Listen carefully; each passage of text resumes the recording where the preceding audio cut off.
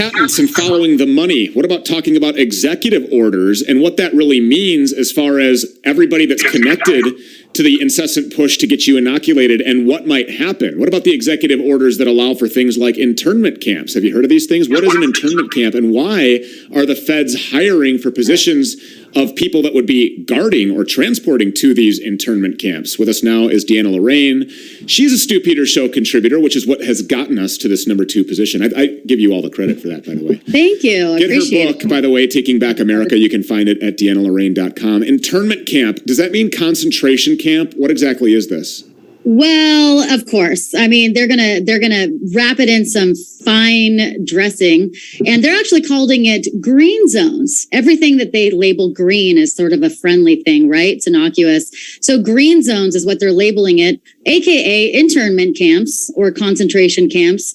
And this is known as the shielding approach, and it's right there on the CDC website. And I really feel like your viewers and all of America need to know about what this shielding approach is, because again, it's being built right now. These camps are being built right now in neighborhoods, and they're about to unleash this on us.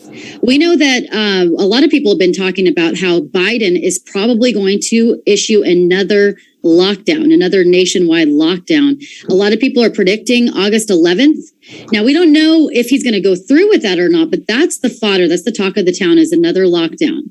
But going along with that is this, what they're calling a shielding approach. And what the shielding approach is removing people from their households, from their families, even separating couples who they believe are high risk, right? High risk for COVID, and putting them in these camps. The camps will be built all over different communities all across the nation. Every city will have these camps. And of course, what do they consider as high risk individual? Anyone who is elderly and anyone who has any kind of a immunocompromised condition or pre-existing condition. And then, of course, I would imagine that they would believe that anyone who's not vaccinated is a high-risk individual, right?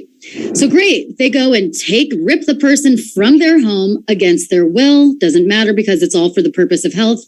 Put them in this internment camp or green zone, if you will, and keep them there for at least 6 months. They're saying the program would be at least 6 months, but there's a caveat in there in this document that says they have the right to extend it indefinitely until the pandemic of COVID disappears. They're going to hold you for 6 months, which, you know, they're very good at keeping their timeline promises. As you know, we're approaching the end of the 15 days to slow the spread, 15 days to flatten the curve. We're almost there. Just hang on. Yeah, exactly. But Stu, it says here, though, don't worry, because there's latrines in here. Don't worry. There's latrines and there's showers in here as well.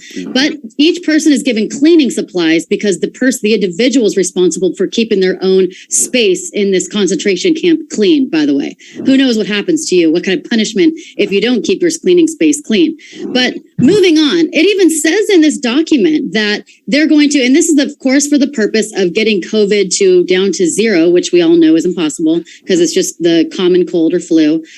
But they say in this document, the kinds of repercussions that this is going to have, never mind them. But it says here, number 1, social, cultural, or religious practices. They say, yes, we got a plan for the disruption of social networks. They admit that community celebrations, religious holidays, funerals, and other rites of passages are cornerstones of many societies, which they are. And they say that a strong community engagement, basically propaganda, making sure that people know that this is important, is going to be important for the success of this program, because what's going to happen is they're saying failure to do so can lead to interpersonal and communal violence, because people are going to be missing those community religious services and funerals of family members and community members. And they're admitting right here, this can lead to interpersonal and communal violence. Of course, moving on, mental health. It says that this additional stress and worry are going to be common. In addition to the risk of stigmatization and feeling isolated, this shielding approach may have an important psychological impact and may lead to significant emotional distress, exacerbate existing mental conditions, and lead to depression, helplessness, grief, thoughts of suicide among those who are separated. And this is all written at the CDC's website. This is all written in the CDC website. So in summary, this is happening. They're building this right now.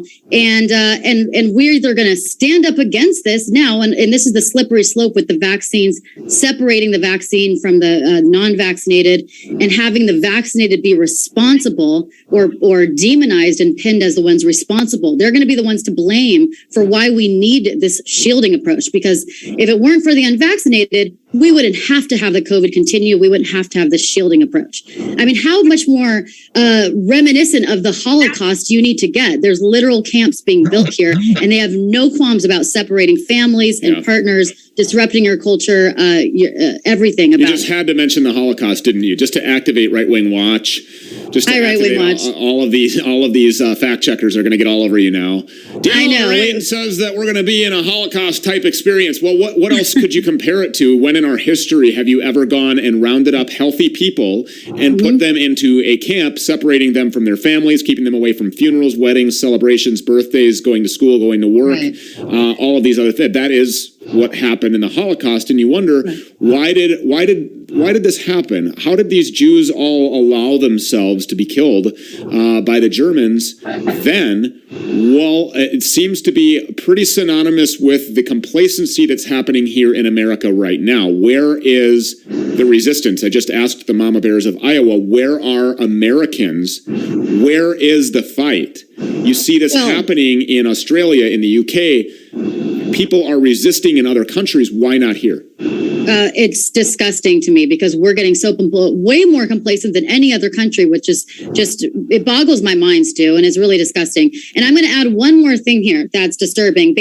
Going along with this Holocaust extermination agenda, there was just a document that Natural News actually found, and it states, and again, this is public knowledge, public information, that the UK government is seeking a contract for what they call excess body storage in a preparation for some sort of a mass extermination event. And this is a procurement of a contract with the Westminster City Council, specifically of the UK, is looking for facilities. They're seeking government contracts to have facilities to store mass bodies. And right here it says for crematoriums and public conveniences. And they admit that they're looking for these mass body storages in the event of an excess deaths situation for the 32 London boroughs and the City of London. This is a contract that they say is supposed to last 4 years. So apparently the government is expecting some sort of a mass event of a mass death situation sometime very soon. And they're seeking government facilities to hold these bodies. So what are we supposed to think, Stu? I mean, are we supposed to think that, they're planning for these massive deaths? Are they going to be starving us out? Are they going to be shutting off institutions or shutting off gas, food, things like that? Are they going to also be starving people of medical treatment that aren't complying with their agenda or that aren't getting vaccinated? Our job here is to make people aware. And now you're aware. There's no more conspiracy theory here. This is not tinfoil hat. Our job is to make you aware. Look this up. And now you've become aware. What are you going to do about it? That's the question. Right. What are you going to do about it? Deanna Lorraine, she joins us Monday through Friday here for Shots Fired on the Stu Peters Show. She's a Stu Peters Show contributor. We thank her for being here all the time. And by the way, thank you for writing the wonderful book. Best-selling author right there. Get her book, Taking Back America. You can find it at DeannaLorraine.com. What do you ask your financial advisor in times like this? Well, our financial expert is going to tell us. That's coming up in just 60 seconds. Go nowhere.